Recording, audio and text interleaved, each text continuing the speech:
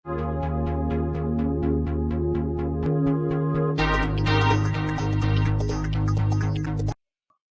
းလုံးပဲမင်္ဂလာပါခင်ဗျာအခုတစ်ခါမှာတော့စင်သားလေးဘွားကနေအာရှမှာအချမ်းသာဆုံးဖြစ်လာသူဟောင်ကောင်တရေကြီးကျောင်းကိုတင်ဆက်ပေးမှာဖြစ်ပါတယ်ခင်ဗျာလီကာရှင်းကို1928ခုနှစ်ဇွန်လ23ရက်နေ့မှာတရုတ်နိုင်ငံဂွမ်ဒေါင်းပြည်နယ်ကချောင်းစုမြို့လေးမှာမွေးဖွားခဲ့တယ်သူမူလတန်းတက်တော့ဒုတိယကမ္ဘာစစ်ကြီးစဖြစ်လာတယ်သူငယ်တဲ့မြို့လေးကိုဂျပန်စစ်လေယာဉ်တွေကမကြာခဏဘုံလာကျလို့သူ့အဖေဟာမိသားစုကိုခေါ်ပြီးဟောင်ကောင်ကျွန်းကိုထွက်ခွာခဲ့တယ်။သူတို့မိသားစုဟောင်ကောင်ရောက်ပြီးအခြေချလို့တိတ်မကြခင်မှာပဲလီကာရှင်းအဖေဟာတီဗီယောဂါနဲ့ကွယ်လွန်သွားပါတယ်။လီကာရှင်းလည်းတီဗီယောဂါကူးစက်ခံရလို့စေုံကတီးတန်းဆောင်းလေးမှာအခြားလူနာတွေနဲ့ခွဲခြားထားခဲ့ရတယ်။တယောက်တည်းတီးတန်းခွဲနေရတဲ့အသက်15နှစ်ပဲရှိသေးတဲ့လီယာဘလောက်တောင်ဝမ်းနဲ့ကြေကွဲခံစားရမလဲစဉ်းစားကြည့်ပါဗျာအဖေကဆုံးသွားပြီသူစေုံတက်နေရလို့သူ့မိသားစုကိုရှာမကျွေးနိုင်လို့သူတို့စောင်းနေရည်ကြက်တဲနေပါပြီအဲ့ဒီခံစားချက်ဟာလူငယ်တယောက်ရဲ့ဘဝကိုပျက်စီး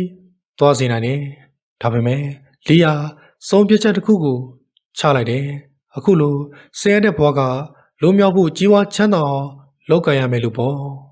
ဒီလိုနဲ့စေုံကဆင်းတော့သူကြောင်းဆက်ပြီးမတက်တော့ဘူးသူမိသားစုဝိုင်းရဲ့အတွက်ပလက်စတစ်ဆိုင်ုံတစ်ခုမှာအလုပ်ဝင်လုပ်တယ်သူနဲ့ရွယ်သူလူငယ်လေးတွေကြောင်းတက်နေချိန်ကြောင်းစင်းချိန်လို့ကစားနေချိန်တွေမှာသူကတော့အလုပ်နေပါတယ်တနေ့ကို16နာရီအထိပလက်စတစ်ဆိုင်ုံမှာနိုင်လက်ပတ်ကျိုးတွေလုပ်ရတယ်လီယာသူ့ရဲ့လာကအတော်များများကိုမိသားစုစားဖို့ပေးပြီးကျန်တဲ့ပတ်စံလေးတွေကိုချစ်ကိုစုထားပါတယ်သူဟာ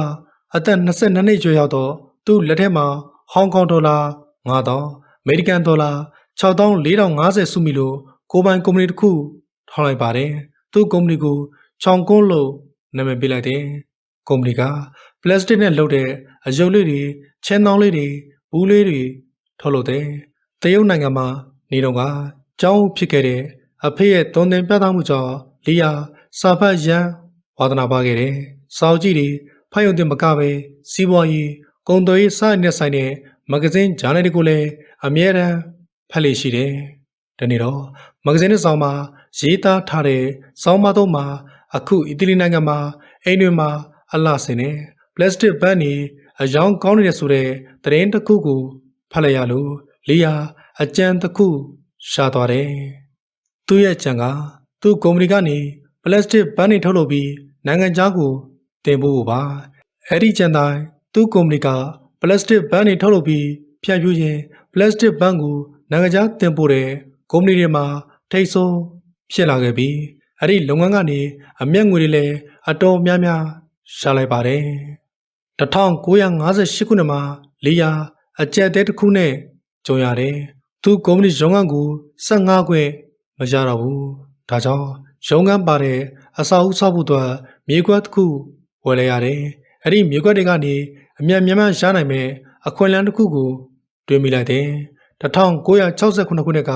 ဟောင်ကောင်ကျွန်းမှာ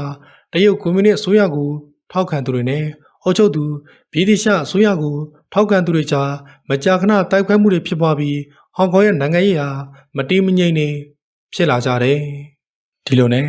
လူတွေလည်းဟောင်ကောင်ကိုစွန့်ခွာထွက်သွားကြပြီးအဲ့ဒါကြောင့်ဟောင်ကောင်ရဲ့အေဂျင့်မြေဈေးတွေကထိုးကြလာတယ်။ဒါပြင်တရုတ်နိုင်ငံကဟောင်ကောင်ကိုဝင်သိမ်းမယ်လို့ကောလာဟလတွေသတင်းတွေကြောင့်အေဂျင့်မြေဈေးတွေကပို့ပြီးတော့ကျကုန်ပါတယ်။ဒါကိုအကွက်မြင်လာတဲ့လီကအေဂျင့်မြေအမြောက်များကိုဈေးအလွန်တက်တာစွာနဲ့ဝယ်ယူထားလိုက်တယ်။အဲ့ဒီချိန်ထဲမှာပဲတရုတ်နိုင်ငံမှာမော်စတုံးကြီးကျမှုတော်လှန်ရေးကြောင့်တရုတ်နိုင်ငံသားတွေဟောင်ကောင်ကိုထွက်ပြေးလာကြတယ်။ပြေးလာသူတွေအများစုဟာတိတ်မချမ်းသာတဲ့တာမန်လူတန်းစားတွေများပါတယ်။ဒါကိုအကွက်မြင်တဲ့လီယာသူဝယ်ထားတဲ့မြေကွက်တွေပေါ်မှာတာမန်လူတွေနေနိုင်တဲ့လူနေတပ်ခန်းတွေပါတဲ့အထက်မြင့်အဆောက်အဦတွေဆောက်ပြီးအိမ်ကန်းတွေရှောင်းပါတယ်။နေစရာမရှိသေးတဲ့တရုတ်လူမျိုးတွေဝယ်ကြလို့သူအိမ်ကန်းတွေအရန်ရောင်းရပြီးဒီလုပ်ငန်းကြောင့်လီယာဒေါ်လာတန်းချီချမ်းသာသွားတယ်။1989ခုနှစ်မှာဟောင်ကောင်ကဗြိတိရှအစိုးရပိုင်တဲ့ကုမ္ပဏီကြီးဟာအရှုံးနဲ့ ရင်ဆိုင်နေရတယ်။အဲ့ဒီကုမ္ပဏီရဲ့ပိုင်ဆိုင်မှု20%ရာခိုင်နှုန်းကိုလီကဈေးတရက်တရာနဲ့ဝယ်ယူလိုက်တယ်။အဲ့ဒီကုမ္ပဏီဟာဟောင်ကောင်မှာရှိတဲ့သင်္ဘောကျင်းနေစိတ်ကန်နေအိမ်ချမ်းမြေအမြောက်များကိုပိုင်ထားတာပါ။လီယာအဲ့ဒီကုမ္ပဏီကိုစီးပွားရေးပြန်ကောင်းလာအောင်လုပ်ပေးလိုက်တာကြောင့်10နှစ်ကြာမှအဲ့ဒီကုမ္ပဏီဟာဟောင်ကောင်ရဲ့အမြတ်အများဆုံးစင်းထဲမှာထိပ်ဆုံးကဖြစ်လာခဲ့တယ်။လီယာအဲ့ဒီလုပ်ငန်းတွေပြင်စီးပွားရေးကြာဆင်းနေတဲ့ကုမ္ပဏီတွေလုပ်ငန်းထူထောင်စငွေရင်းနှီးနေပါတဲ့ကုမ္ပဏီလေးတွေရဲ့အစုရှယ်ယာတွေကိုလိုက်ပြီးတော့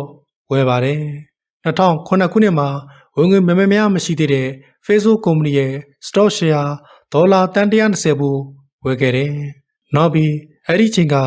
share ဈေးမကြီးသေးတဲ့ Sky တို့ Apple ရဲ့ stock တွေကိုဒေါ်လာတန်းချီပေးပြီးဝယ်ခဲ့ပါတယ်။မကြခင်အဲ့ဒီကုမ္ပဏီတွေရဲ့ stock share ဈေးတွေအရန်တက်လာတဲ့အချိန်မှာဝယ်ထားတဲ့ stock တွေထုံရောင်းလိုက်လို့လီယာဒေါ်လာဘီလီယံချီပြီးမြတ်ခဲ့ပြန်တယ်။လီရဲ့ရည်ချင်က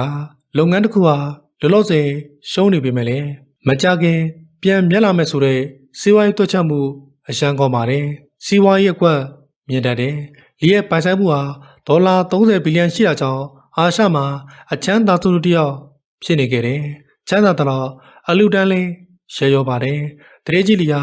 လီကာရှင်ဖောင်ဒေးရှင်းတစ်ခုကို1980ပြည့်နှစ်မှာထူထောင်ခဲ့ပြီးသူချမ်းသာသမျှပိုင်ဆိုင်မှုတွေ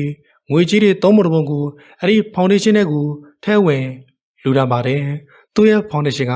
ပညာရေးအဆင့်မြင့်မှုတက္ကသိုလ်တွေစာကြီးတိုက်တွေစောက်ပေးဖို့ရယ်စေတုဒနာလုပ်ဖို့ရယ်ယဉ်ကျေးမှုနဲ့လူစံတန်းမြင့်တက်စေဖို့ဒေါ်လာဘီလီယံချီပြီးနိုင်ငံတကာကို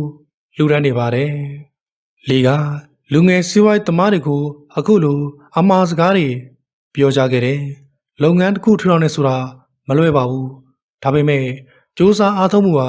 အခွင့်အလမ်းထပ်ပိုပြီးရေးကြည့်တယ်။စူးစမ်းမှုမရှိရင်တော့အခွင့်အလမ်းကိုလက်လွတ်ဆုံးရှုံးရမှာပဲတဲ့။အသက်89နှစ်ရွယ်ဖြစ်တဲ့အာရှချမ်းသာဆုံးတထေးကြီးလီကာရှိဟာသူ့သား2ယောက်နဲ့သူဟောင်ကောင်မှာနေထိုင်စေပါဇနီးတွေကတော့အသက်56နှစ်ရွယ်1990ခုနှစ်မှာကွယ်လွန်သွားခဲ့ပေမယ့်သူဟာနောက်ထပ်အိမ်တော်ထပ်မပြုတော့ဘူးဟုတ်ကဲ့ပါ